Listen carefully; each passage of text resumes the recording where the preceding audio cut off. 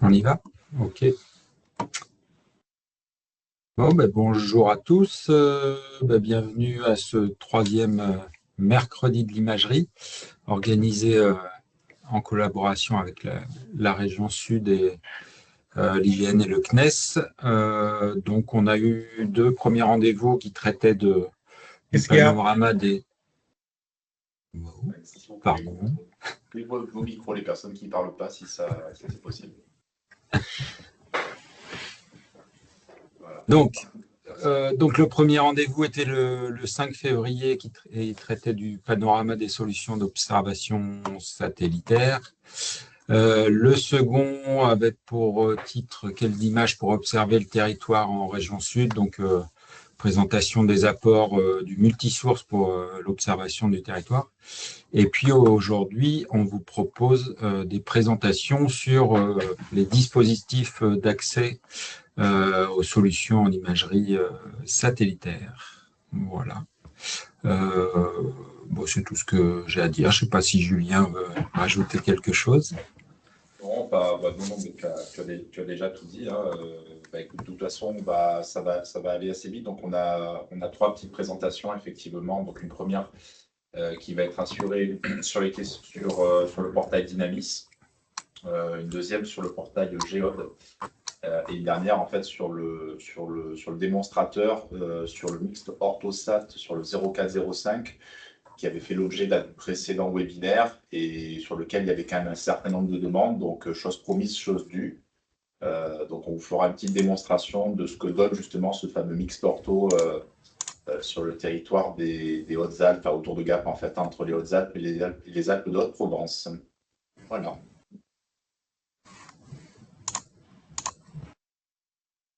Et je pense qu'on laisse la main à Eric.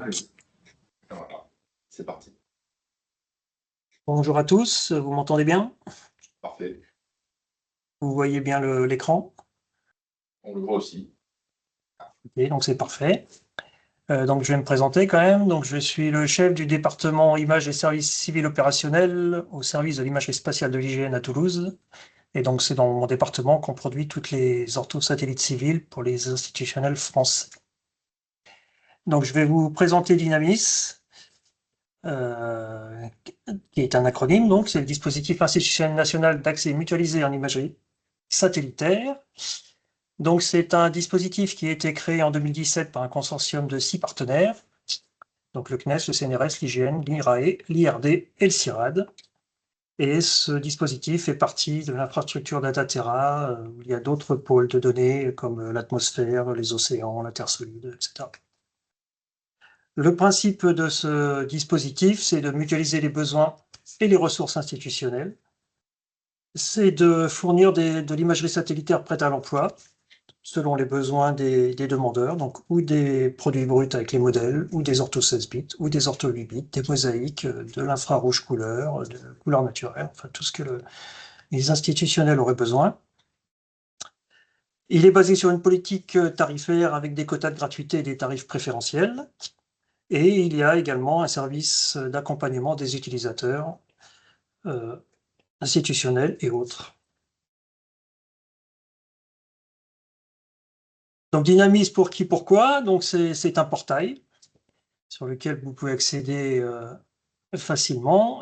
Ce portail est dédié donc d'un côté aux institutionnels français, de l'autre aux scientifiques français et également des scientifiques de l'Union européenne et des privés pour de la recherche R&D qui sont prestataires de la commande publique.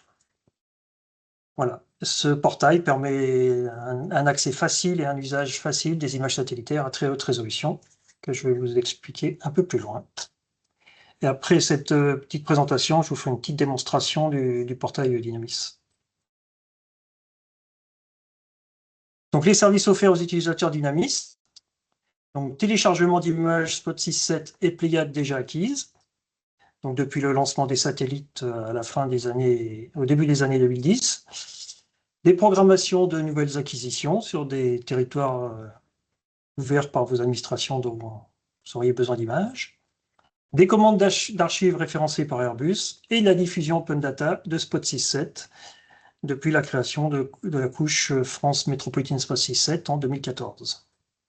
Il y a également des services, dont un service de calcul de lignes de mosaïque, de lignes de modèles numériques de surface, par exemple. Vous avez dans Dynamis donc un accompagnement personnalisé, notamment pour toutes les procédures d'adhésion et de création de compte, des usages des interfaces et des données, et des supports assistance en ligne, via l'IGN pour les institutionnels ou via le CNES pour les scientifiques et la recherche. Donc l'offre en imagerie de ce satellite, donc nous IGN on produit des référentiels compatibles RGE, donc la couverture annuelle de la métropole de la Corse avec Spot 6, donc à 1,50 m de résolution. Nous avons des couvertures systématiques de l'outre-mer et des littoraux métropolitains avec Pléiades à 50 cm, et donc également toutes les demandes diverses et variées des institutionnels. Il y a également des possibilités d'archives et de programmation ponctuelles à la demande, donc de Spot 6 à 1,50 m, le satellite Spot 7 ayant disparu dans l'espace en mars 2023, de Pléiades à 50 cm et depuis pas longtemps de Pléiades Néo à 30 cm. Donc pour les acteurs publics, toutes les ortho-images Spot et Pléiades sont produites par l'IGN et sont compatibles RGE. La couverture annuelle est disponible en open data sur un lien que vous trouvez directement sur la page d'accueil de Dynamis. Les couvertures Pléiades sont disponibles sous licence Pléiades assignée chaque année pour utiliser ces données avec des contraintes particulières. Les Spot 6-7 en dehors de la couverture France sont également accessibles sous licence. Les Pléiades sont accessibles sous licence et les Pléiades Néo sont accessibles sous licence. Voilà. Pour résumer, il n'y a que la couverture France qui est accessible en open data.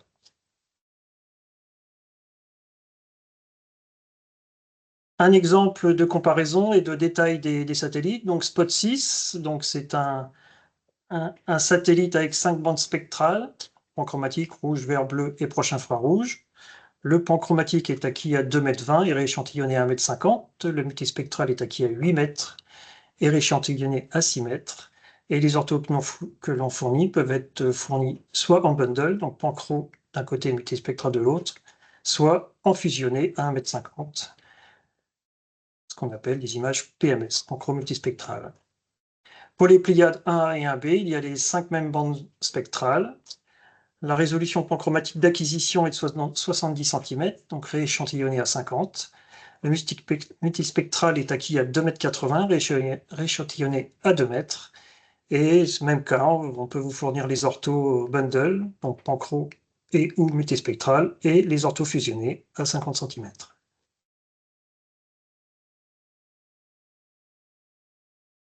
Pléiades Néo, donc les Pléiades Néo 3 et 4, qui ont été lancés en 2021. Donc ils disposent de 2 bandes spectrales supplémentaires par rapport à Spot et Pléiades. C'est la bande Deep Blue et le Red Edge. Les résolutions, donc le panchromatique est acquis et produit à 30 cm et le multispectral est acquis et produit à 1,20 m. Et comme les deux autres produits, on peut vous fournir les orthos bundle ou les orthos fusionnés. L'accès pour les Pléiades Néo est un peu différent, c'est pas directement par Dynamis, mais par l'adresse pleiadneo@cnes.fr.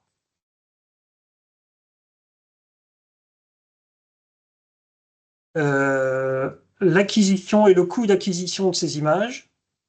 Donc pour du Pléiade, il y a un quota de gratuité qui est variable chaque année en fonction des demandes et du quota défini par le CNES.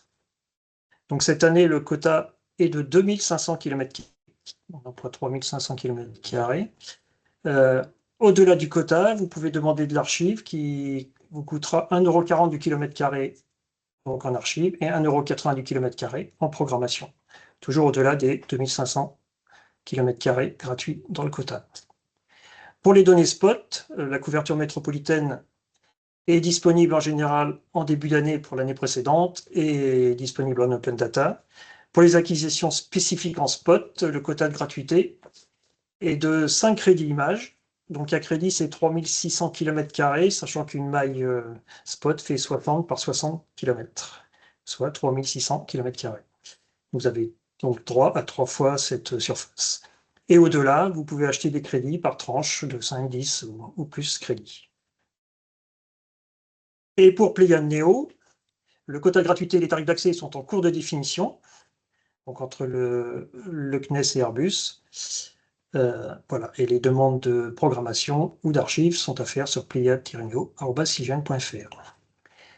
Et vous pouvez également, via Dynamis, accéder à des données déjà disponibles, comme du Sentinel-2, toute l'archive Spot 1 à 5 ou des données radar. L'adhésion à Dynamis. Donc, votre entité doit d'abord adhérer en tant qu'entité. Voilà. Ensuite, chaque utilisateur de cette entité doit se créer un compte individuel au nom de l'entité. Et donc, quand il fera des demandes de programmation ou d'archives sur Dynamis, il sera identifié comme appartenant à telle entité.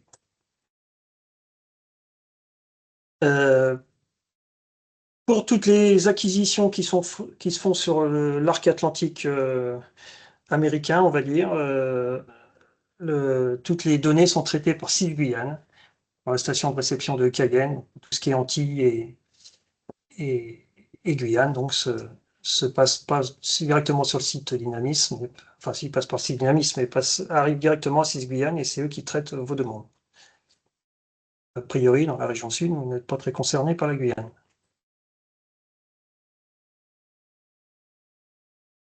Une fois que vous avez créé votre compte individuel, vous pouvez accéder à tous les services de Dynamis via une authentification. Et donc là, vous pourrez récupérer des images déjà produites, commander des archives ou commander des programmations. Le téléchargement peut se faire en ligne directement si les images sont disponibles sur le catalogue. Si ce n'est pas le cas, vous avez une adresse spécifique pour demander les images à l'IGN qui vous les livrera directement par FTP.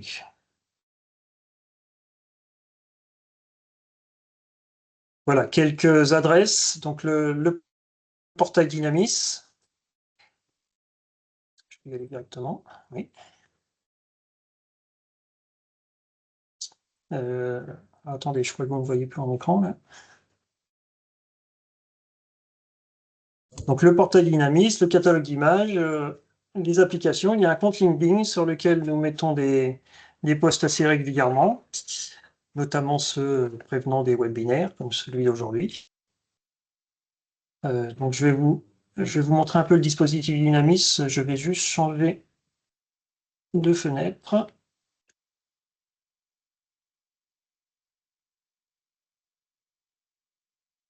Voilà. Donc le dispositif Dynamis, quand vous ouvrez la page dynamis-dataterra.org, vous tombez sur cette page. Vous avez un certain nombre d'informations. Cet endroit-là, vous pouvez récupérer les ortho-images. Voilà. De la couverture. Allez.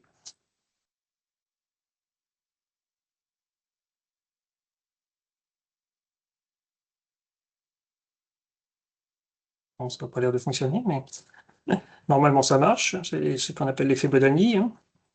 Donc, sur cette page-là, vous pouvez récupérer chaque maille spot produite depuis 2014 en bundle, c'est-à-dire en pancro ou en multispectral, ou en données fusionnées 16 bits. Je reviens à ma page initiale. Donc, pour adhérer à Dynamis, eh bien, c'est assez simple. Vous allez sur la page d'adhésion. Voilà.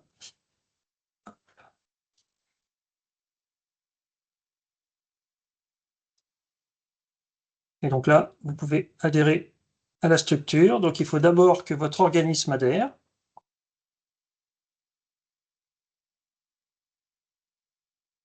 Voilà, faire une demande d'adhésion. Et une fois que votre entité a adhéré, vous pouvez vous créer un compte personnel pour accéder aux demandes Dynamis. Ah, je vais revenir sur la page d'accueil. Donc, vous avez accès au catalogue Dynamis. Donc, il faut évidemment avoir déjà adhéré à Dynamis. Pour toutes les demandes, toutes les images qui ne seraient pas disponibles en téléchargement dans le catalogue, vous avez l'adresse là, sur laquelle vous pouvez demander les images directement à l'IGN, vous les livrera.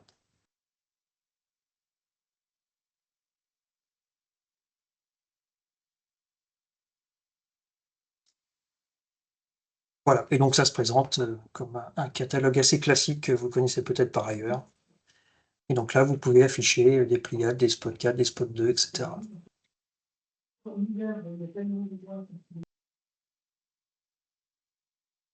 Je reviens à mon Dynamis. Donc une fois que vous avez adhéré, vous pouvez accéder aux demandes d'images.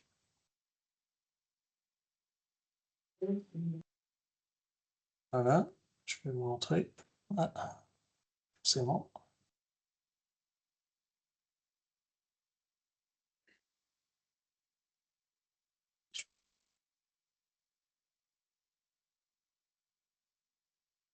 Ah, non, login. Non, on ne veut pas.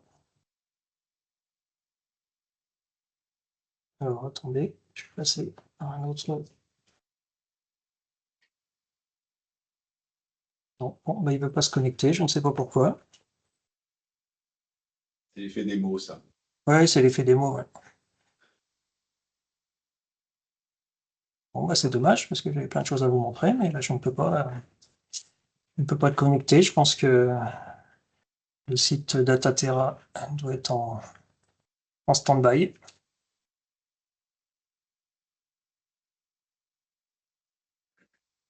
C'est bien dommage. Peut-être qu'en attendant, je crois qu'il y avait une question, je crois, en ligne. Le temps que ça se règle. Oui. Bah si. Dans le chat. Monsieur Jean-François Beau, je crois. Oui, c'est moi. Bah, allez-y. Voilà. Est-ce que je peux poser ma question? Oui, oui, Bah, allez-y. bien sûr. Alors voilà, moi je suis responsable d'une assoce qui s'appelle AF3V, qui s'occupe, si vous voulez, de la promotion des voies vertes et des véloroutes, notamment dans le sud-est, dans la région de Var-Est. Et la question, elle est que vous pensez que ça peut être utile pour nous d'être adhérents à l'association? Je n'ai pas vu quel était le coût. Je n'ai pas regardé s'il y avait un coût particulier élevé ou Non, pas. il n'y a aucun coût d'adhésion. D'accord. Il faut Et est-ce juste que que vous vous pensez soyez éligible. est-ce que vous pensez que ça peut être utile? Parce que nous, si vous voulez, ben, c'est vrai qu'on recherche les petits chemins, les petites voies vertes sur le département pour donner ça à nos adhérents et faire des nouveaux trajets. Alors, est-ce que vous pensez que ça peut être utile pour nous d'être adhérents ou pas, quoi? Je veux dire, c'est très ponctuel comme utilisation. Oui, alors en tant qu'association, je ne sais pas si vous êtes éligible à l'adhésion. Ah, ben, attends, nous À moins que sommes... vous ayez... Oui, Notre association, c'est l'Association française des véloroutes et voies vertes. C'est reconnu d'utilité ah oui, publique, donc c'est une ça, oui, association à oui, Paris. oui, Et oui. donc, moi, voilà, donc c'est dans ce cadre-là que j'aimerais qu'on puisse être. Oui, oui, dans Ou cette alors, on pourrait association, le faire. vous Je pourrez être, suis oui, aussi. oui, vous pourrez être adhérent, mais c'est pas impossible que votre association soit déjà adhérente de Dynamis, hein. Sûrement, ben, c'est-à-dire que, en fait, moi, j'ai été convié à cette réunion par, si vous voulez, la région, parce que nous avons des contacts avec la région, évidemment, concernant tout ça. Donc, avec, comment elle s'appelle, Ségolène Oui. Chignard à Marseille, c'est elle qui nous convoque aux réunions et aux différents webinaires. Donc, effectivement, ça peut être intéressant pour nous d'être adhérés pour ponctuellement voir l'évolution des sentiers, des chemins sur les régions de forêt et de montagne, quoi. Oui, donc il faut adhérer à votre propre nom dans l'entité verte. Et Oui, ensuite, vous pouvez avoir accès au catalogue, donc ou récupérer des images d'archives, oui, donc déjà acquises jusqu'à hier, Oui, ou faire des programmations sur des zones particulières, si par exemple des itinéraires ont été modifiés pour X raisons, éboulements, travaux ou autres. oui, si vous voulez, par exemple, on a beaucoup de difficultés à tracer des bons parcours du côté de Montauroux, entre Montauroux et Fréjus. Si vous connaissez peut-être pas le coin, mais c'est une région qui est assez montagneuse à côté du lac de Saint-Cassien. Et c'est vrai que serait intéressant de voir un petit peu la possibilité qu'on a d'utiliser vos cartes pour nous permettre de voir si c'est accessible par uniquement de la randonnée à pied ou si on peut faire certaines parties en vélo, en VTT, quoi. En VTT ou vélo qu'on appelle vélo touche-main aussi. Ah oui. Ça peut être très utile pour nous, très intéressant dans la mesure où effectivement, ben, j'ai posé ma candidature, je vais postuler. Et puis, Chaque année, il y a pas chaque année, une année sur trois, il y a une couverture aérienne de l'IGN. oui, Donc, de votre département, il fait une année sur trois à 20 cm. Et donc, les deux oui, autres années, vous pouvez commander des images satellites à 30 ou à 50 cm, ouais, ben, c'est intermédiaires bien. entre chaque prise de vue. D'accord. Bon, ben, écoutez, c'est très intéressant. C'est un petit plus pour nous qui nous permettra d'affiner un peu nos trajets, de voir un peu comment ça peut se passer compte tenu qu'il y a quand même beaucoup à faire au niveau de la remise en état des chemins, mais ça, c'est un autre débat. Voilà. Oui, et compte tenu du relief, pour voir au fond des vallées, il faut programmer des acquisitions plutôt l'été, évidemment, quand le soleil est le plus haut possible. Ah oui, Sinon, les fonds de vallée vont tous être à l'ombre. d'accord, d'accord, oui. Donc, il vaut mieux faire Voilà, il faut ça savoir que les satellites Spot et Pléiades passent vers 11h30 11h30 le matin. le matin. Oui. Ah oui, ah oui, c'est bien. C'est une heure, il y a une bonne luminosité à cette heure-là, je Voilà, ça va. pense. Oui, oui, oui. OK, OK, Donc, d'accord. on ne peut pas faire de prise de vue de nuit, on ne peut pas faire des prises de vue au coucher du soleil. Oui, Les satellites passent toujours à la même heure au-dessus du même point. oui, d'accord. Alors, Non, bah excusez-moi, écoutez, c'est bien. Merci. Merci beaucoup. comme nous avons un temps un tout petit peu contraint, je vous invite peut-être à passer à la suite. Alors, on a juste une question dans le chat où l'IGN a apporté une réponse, mais je la pose quand même pour tout le monde. Donc, même les données en open data nécessitent-elles que l'entité soit adhérente? Non. Voilà. En open data, tout à chacun peut télécharger les données.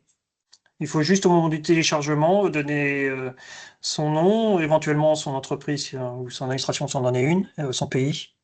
Et puis voilà. Et puis après, on peut télécharger la donnée sans restriction. Merci beaucoup. Alors, du coup, côté dynamisme, vous aviez d'autres choses à montrer ou c'était à peu près tout? Je voulais vous montrer l'application, mais elle ne veut pas.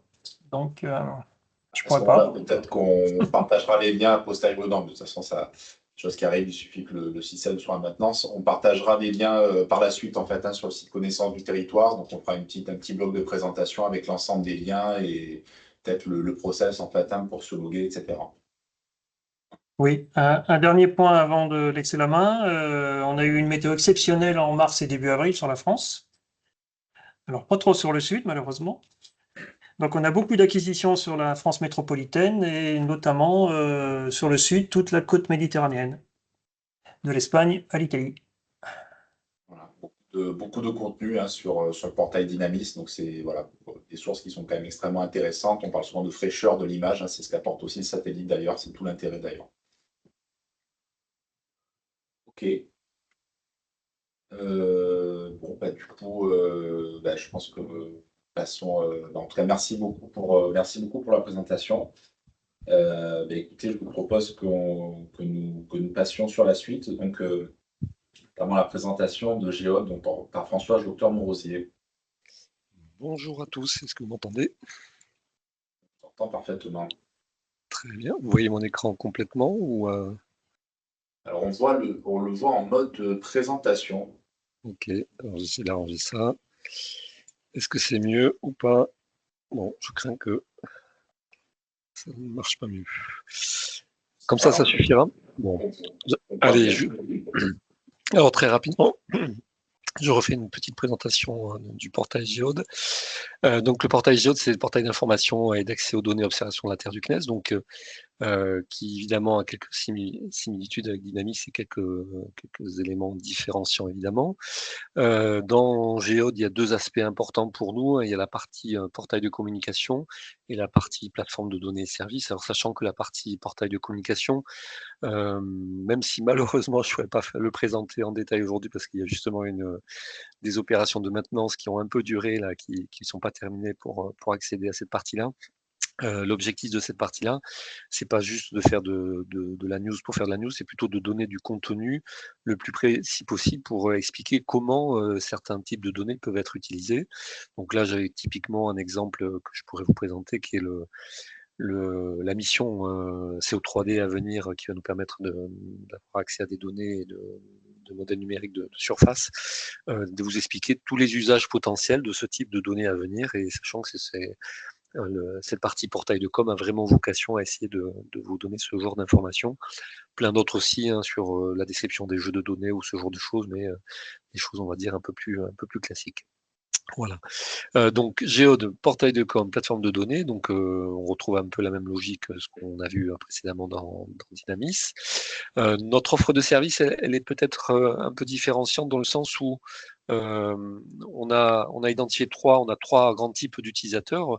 On va dire les acteurs grand public ou génériques, généraux, qui vont juste vouloir accéder à de la donnée, la télécharger et découvrir tous les types de données qu'on met à disposition.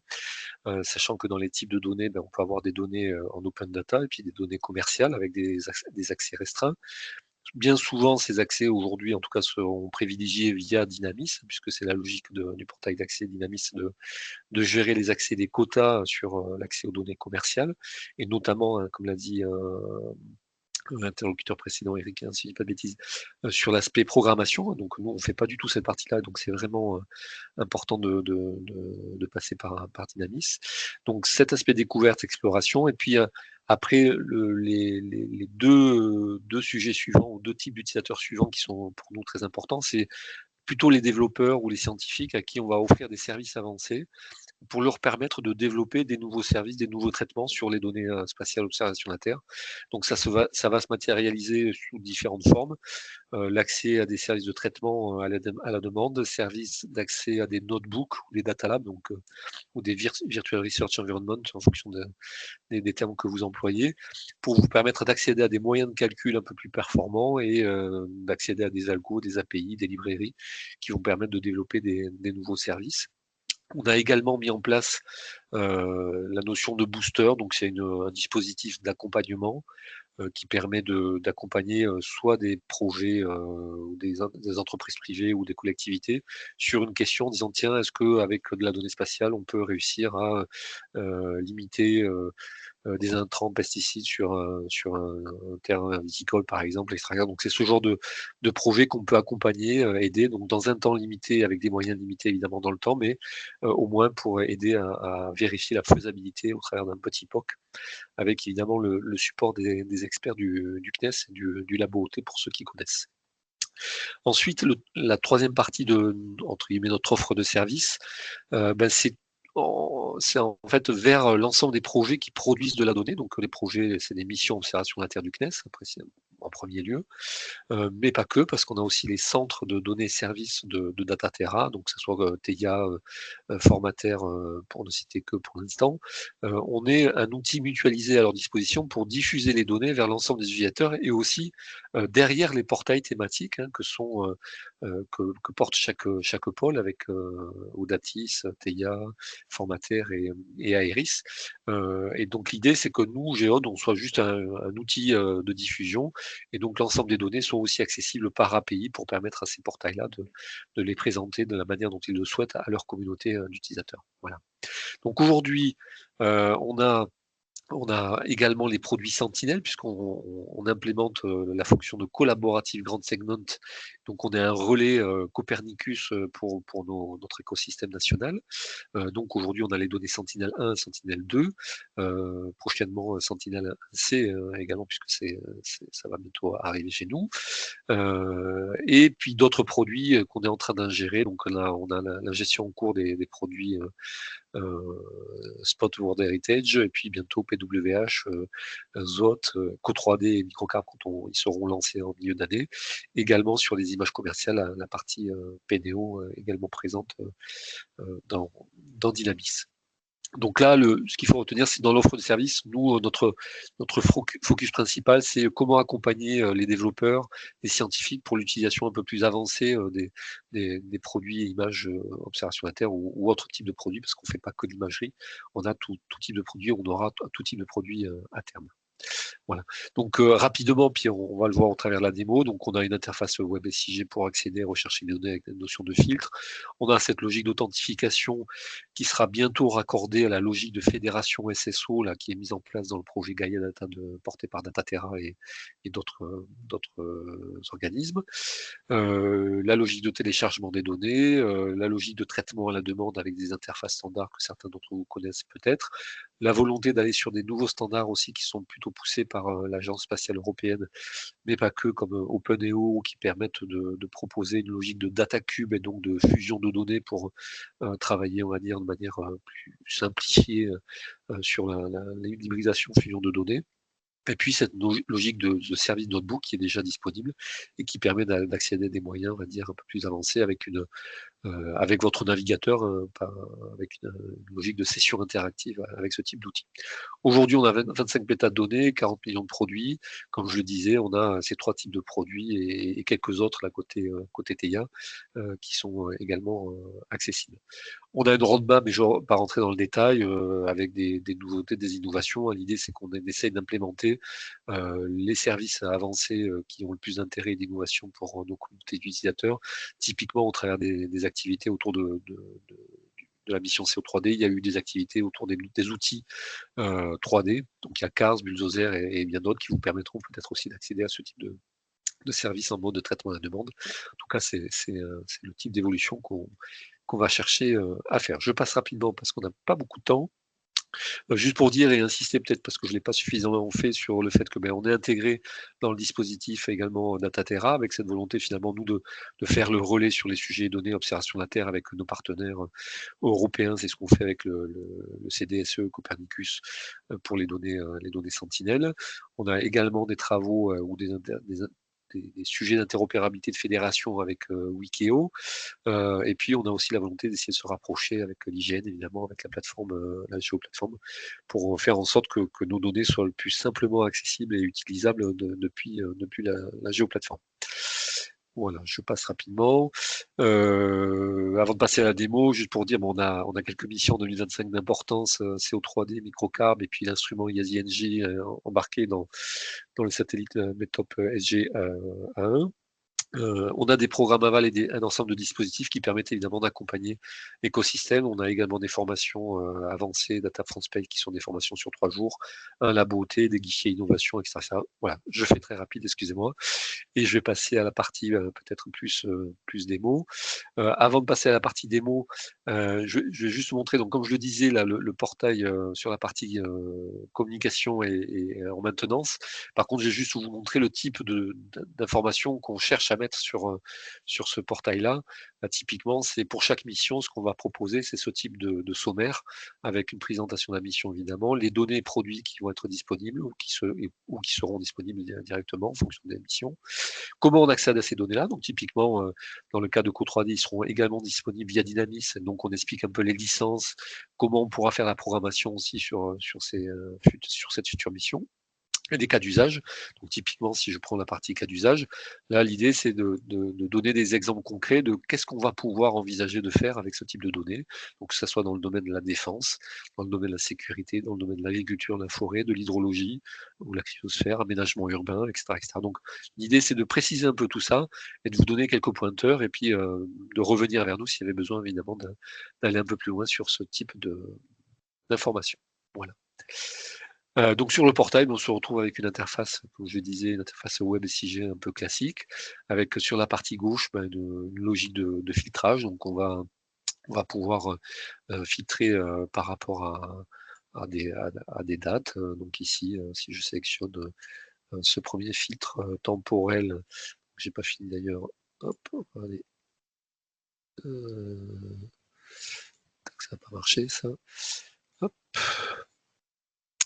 Donc on va pouvoir faire une première sélection sur des dates. Je vais prendre assez large. Tac.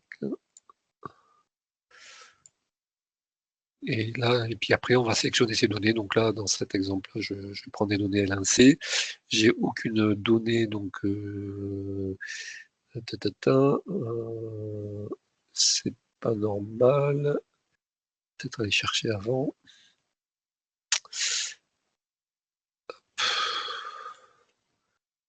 Voilà, donc là j'en ai un peu plus, j'ai mis un filtre large sur la partie temporelle, et donc ça vous permet de zoomer, et puis on a le nombre de résultats qui est affiché ici, et évidemment on a mis une limitation pour pas que ça soit forcément visible sur la partie WebSIG en standard, et donc après on peut se balader, choisir, ajouter les informations dans mon panier. Donc là, on a une logique de panier donc, qui nous permet d'accéder à l'ensemble des données, de choisir de les télécharger.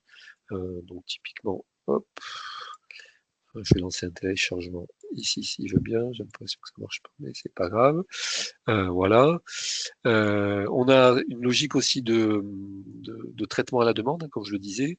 Donc typiquement, si je prends un produit que j'avais présélectionné tout à l'heure, un produit à l'INSEE que je veux faire un traitement à la demande, il ne veut pas, je ne sais pas pourquoi. On va aller ici peut-être. Hop. Bon, c'est l'effet bug. Je ne sais pas pourquoi, peut-être le fait d'avoir un truc. Voilà. Et je peux choisir par exemple un traitement Maya qui va faire une correction diagnostique sur la donnée, on lance le process et on a quelque temps après le résultat qui est disponible. Donc voilà un peu la logique de ce portail-là. Donc on est à la fois sur une capacité de recherche de données. Aujourd'hui, des données qui sont les données Sentinel et Spot principalement, d'autres données qui viennent plutôt de la partie TIA qui sont aussi accessibles avec cette interface. On a la possibilité depuis son profil, évidemment, d'avoir aussi la possibilité de générer une clé qui va nous permettre de plutôt travailler avec un client, une application cliente et qui utilisera ce moyen d'authentification pour se connecter à Geode et pouvoir récupérer via les API Stack l'ensemble des données que vous souhaiteriez récupérer en mode, on va dire, plutôt programmatique. Voilà. Comme j'ai pas la partie CMS, c'est compliqué de vous en dire plus, puisque la partie, on va dire, accès WebSIG est un peu classique, il y a pas grand-chose à montrer, si ce n'est de dire qu'on est le portail a été mis en œuvre récemment, donc la peinture est un peu fraîche, il y a certainement encore quelques bugs. On est évidemment en train d'essayer de résoudre le plus rapidement possible, et si vous avez des questions, je suis à votre écoute. Très bien, merci beaucoup. Alors, je regarde, je crois qu'on a une main levée, donc je vous invite à poser votre question. Manard. Alors, si je prends la question sur les données L1C, Sentinel-2, donc c'est les mêmes données. Puisque nous, on fait office de ce que je disais rapidement tout à l'heure, de relais Copernicus, c'est-à-dire qu'on met à disposition des données et des services supplémentaires sur ces données-là. Et aujourd'hui et même demain, ça va continuer dans cette logique-là, puisqu'il n'y a évidemment pas que la France qui fait ce type de dispositif de collaborative de grande segmente. Il y a une fédération de collaborative de grande segmente à l'échelle européenne. Et l'idée, c'est que comme il va y avoir de plus en plus de données au travers des expansion missions, des extension missions, l'idée, ce sera certainement de réfléchir à comment fédérer un peu mieux l'ensemble de l'accès à ces données et pour éviter d'avoir un seul point d'engorgement, puisque aujourd'hui, avec cette approche un peu ou ces gros volumes de données, ça risque d'être compliqué de ne pas proposer, on va dire, une approche distribuée pour répondre à l'ensemble des besoins. Donc c'est ce type de sujet qu'on va discuter, travailler avec nos collègues européens. Très bien. Merci beaucoup. Écoutez, c'était très clair. Est-ce qu'il y a d'autres questions en ligne? S'il n'y en a pas, je vous propose qu'on passe à la toute dernière présentation, la dernière démo. donc par l'IGN, qui était un démonstrateur, un petit zoom sur le démonstrateur sur le mixte Orthosat, là sur le 0405, par Régis Belot. Donc c'est à vous. Oui, bonjour à tous. Est-ce que vous m'entendez correctement? Parfait. Alors, je vais vous partager mon écran. Est-ce que donc le partage fonctionne bien?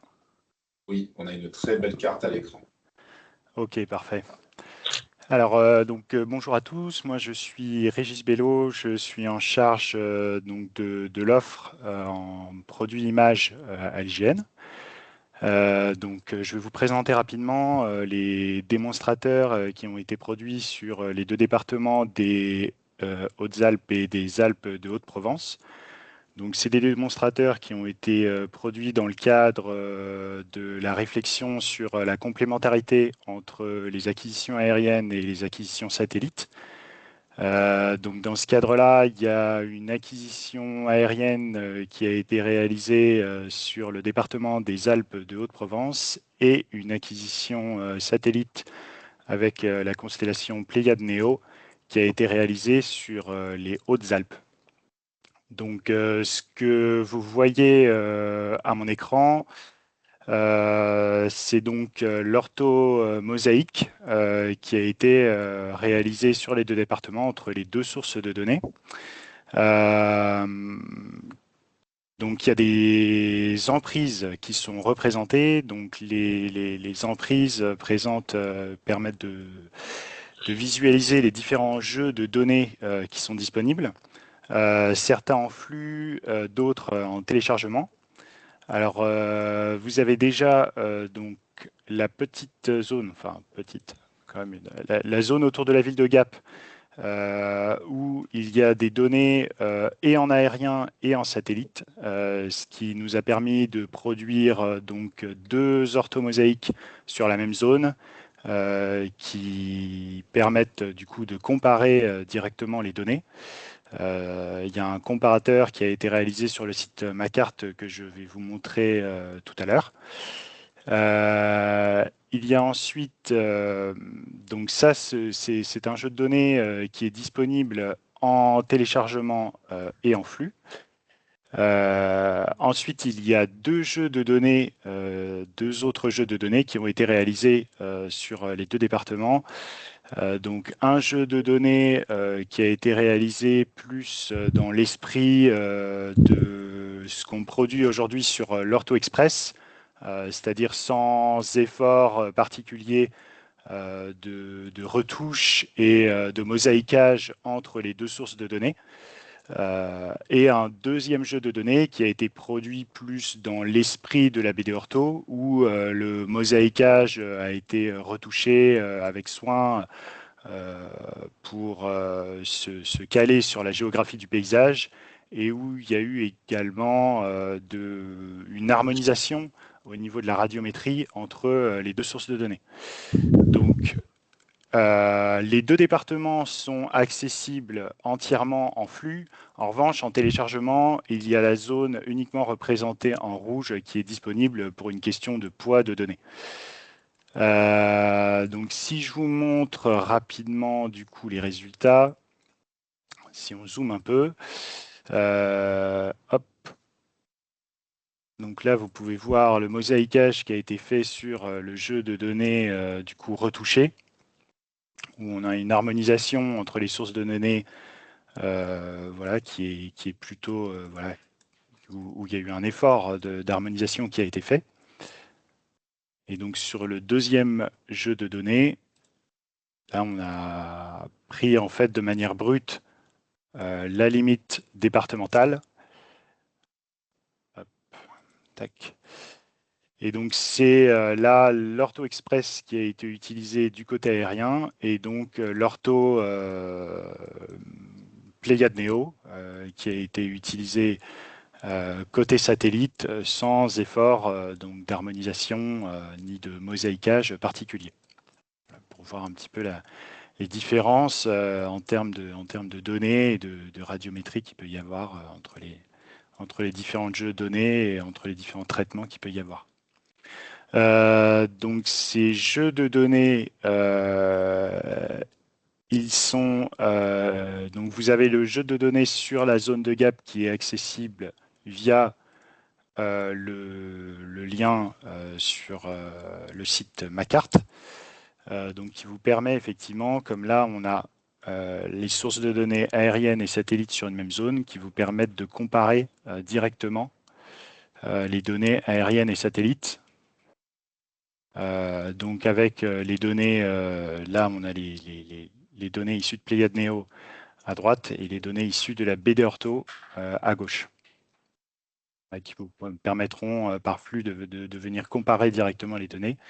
Il y a également une page qui a été réalisée sur les géoservices qui vous permettent donc d'avoir des informations, un minimum de description technique qui a été faite sur les différents jeux de données, avec le lien vers le démonstrateur MaCart.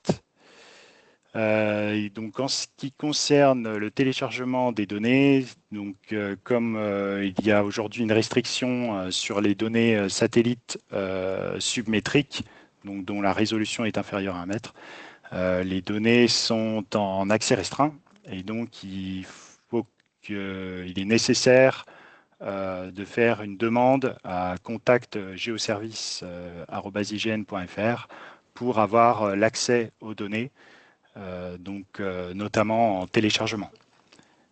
Donc, il y a également une petite documentation qui a été faite concernant l'accès aux données, voilà, pour aller notamment ouvrir les flux dans un SIG et voilà, montrer pas à pas au niveau des différentes manips qu'il y a à faire pour pouvoir visualiser correctement les données.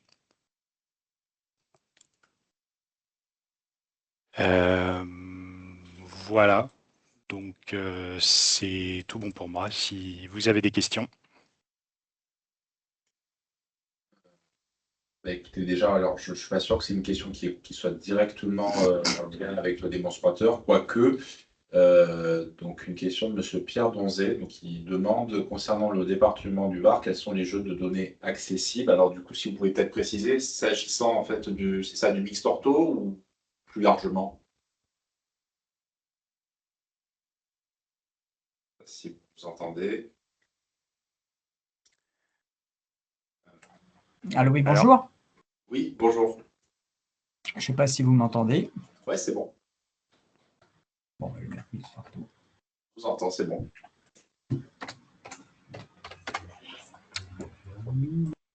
Ah, sur le mixte ortho.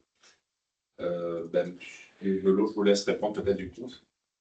Alors là, pour le moment, il s'agit de démonstrateurs qui ont été réalisés uniquement sur les Alpes de Haute-Provence et les Hautes-Alpes. Voilà. Après, en termes de...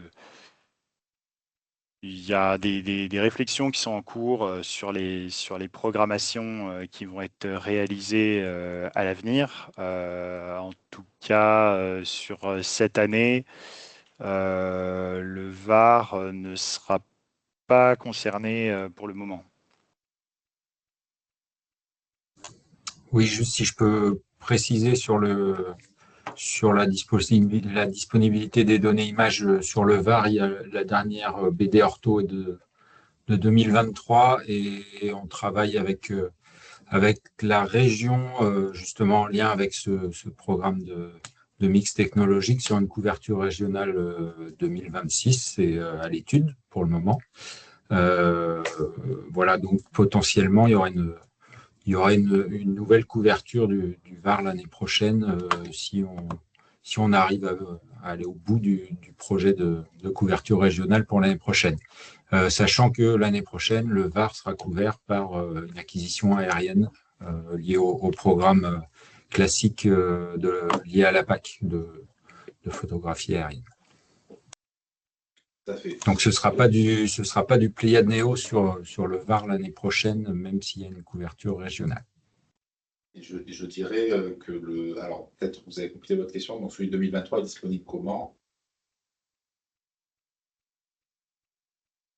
Alors, c'est disponible sur le site GeoService. Je vais vous mettre le lien dans la discussion. C'est téléchargeable et c'est accessible via les flux en récupérant des URL gratuites sur le site de l'IGN, le site geoservice.ign.fr.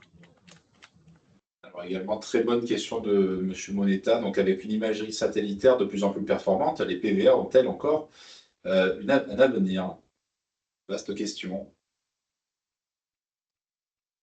Vaste question en effet, oui. Bah, Anna, si Moi, tu je as peux vous des répondre si éléments. vous voulez. Bah, allez-y. Bah, vas-y, Eric. Voilà, si on a une année 2024 chaque année, on n'a aucune image satellite, pour résumer. Je ne sais pas si vous vous souvenez de la météo de l'an dernier, mais c'était très très compliqué d'acquérir des images satellites. Les images aériennes sont acquises en général en temps et en heure dans des diachronismes assez restreints de quelques jours. Sur une image satellite sur une zone de quelques milliers de kilomètres carrés, on peut avoir un diachronisme de plusieurs mois en fonction de la météo. Alors, Parfois, on a des bonnes surprises. L'île de France est acquis en 7 jours cette année, mais l'année dernière, on en a fait 20% en un an. Voilà, pour vous donner une idée du problème des images satellites, c'est vraiment la météo. Et pour préciser un peu de la part de Laurent Cunin, aujourd'hui sur Pléiade Néo, la capacité qu'on a pour couvrir la France, il est impossible de couvrir toute la France en un an, même s'il fait très beau, même s'il y a une météo parfaite, parce qu'il y a la capacité satellite ne le permet pas. Et au plus, on a calculé qu'au plus, on peut sortir un tiers ou la moitié de la France annuelle, et encore, s'il y a des conditions exceptionnelles. Alors peut-être que le futur, dans 4, 5, 6 ans, permettra de mieux faire, mais ce n'est pas le cas aujourd'hui. Et en plus, l'imagerie satellitaire n'est quand même pas tout à fait... Aujourd'hui, il y a de très forts dévers, si on veut être agile et si on veut tout couvrir, ce qui n'est plus le cas en aérien. Et en termes de résolution et de piqué d'image, on n'est quand même pas tout à fait au même niveau.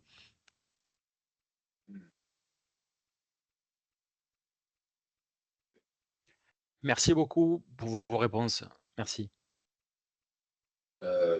J'en profite, je rebondis également sur le 83. Alors le 83 va être très très très couvert quand même dans les années à venir. Il y a la programmation que tu as évoquée, Sébastien, notamment là en BD Ortho. Il y a la perspective effectivement d'un mix ortho-spatial sur la région qui effectivement est à l'étude et ça on peut le confirmer sur l'ensemble de la région. Et dernièrement, également sur le Var, on a des perspectives d'acquisition d'une image à 5 cm. Donc là, pour le coup, on est sur des résolutions très très précises, courant 2026 ou 2027. Ça dépendra du plan de vol. Voilà. Donc là, dans les années à venir, le Var tout particulièrement va être très très couvert. Voilà. Ainsi que le 84 d'ailleurs, il y a une campagne à peu près équivalente qui est prévue sur le 84 dans la même temporalité, sur du 5 cm.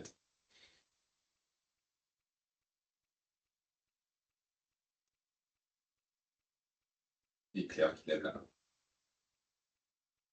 Oui, bonjour. Une petite question, je ne sais pas si vous l'avez précisé, mais du coup, en termes de résolution, alors étant donné que c'est un mix Pléiade et ortho, on est sur des images 30 cm de résolution d'origine. Quelle résolution justement on peut atteindre avec ce mix-là? Alors, Vraiment, vous pensez qu'on peut atteindre quelle résolution? Alors là, sur les prototypes qui ont été réalisés, pour homogénéiser, en tout cas comme les données ont été fusionnées sur les deux prototypes qui couvrent la totalité des deux départements, la résolution a été ramenée de manière homogène à 20 cm. D'accord. Voilà, après, effectivement, ce sont des prototypes. Donc, pour le moment, en termes d'offres et de produits, rien n'est arrêté. Il va y avoir des réflexions appuyées sur les impacts, les usages et besoins qui seront réalisés pendant l'année pour voilà, essayer de proposer quelque chose qui colle au mieux aux différents besoins et usages. Très bien, merci. Il y a d'autres questions ou interventions? Et vous faites bien d'ailleurs de souligner, j'en profite pour le dire, effectivement, qu'il s'agit d'un prototype à ce stade, d'une expérimentation. L'objet, c'était quand même de travaillé là sur ce périmètre du 0,4-0,5 pour tester effectivement ce produit, hein, qui renvoie quand même des choses qui sont intéressantes en vue du coup, pas de le généraliser, hein, mais il faut quand même bien souligner le fait qu'à ce stade, voilà, c'est un prototype. Hein. Et d'ailleurs, c'est intéressant de voir aussi un petit peu les différences qu'on a entre une image aérienne, je dirais classique, et de l'image satellite Pléiades Neo, qui est utilisée à ce niveau-là. Et écoutez, s'il n'y a pas d'autres interventions ou questions, en tout cas, l'occasion également de vous remercier toutes et tous. Alors, en premier lieu, les intervenants qui nous ont aussi éclairé quand même pas mal hein, sur comment accéder à ces sources spatiales. Vaste enjeu s'il en est, hein, puisqu'on connaît tout l'intérêt des sources venues spatiales. C'est encore autre chose finalement de savoir y accéder, de savoir à quoi on a droit, etc. Donc ça, bien sûr, hein, je pense qu'il ne faut pas hésiter, et ça, je parle sous votre contrôle pour revenir vers les principales personnes intéressées, si vous êtes justement intéressé, vous souhaitez avoir davantage d'informations. L'ensemble de ces mêmes informations, d'ailleurs, seront mises sur le site Connaissance du territoire, hein, puisqu'on fera un petit débrief, finalement, un petit résumé avec aussi le partage du replay. Donc, n'hésitez pas, en tout cas, à consulter l'ensemble de ces éléments. Et puis, bien écoutez, je crois qu'on finit à peu près à l'heure, je dirais même exactement à l'heure. Et puis, je vous remercie, je vous souhaite une excellente après-midi. Merci beaucoup. Merci beaucoup. Merci. Merci. Merci, au revoir. Au revoir. Au revoir, merci. Au revoir.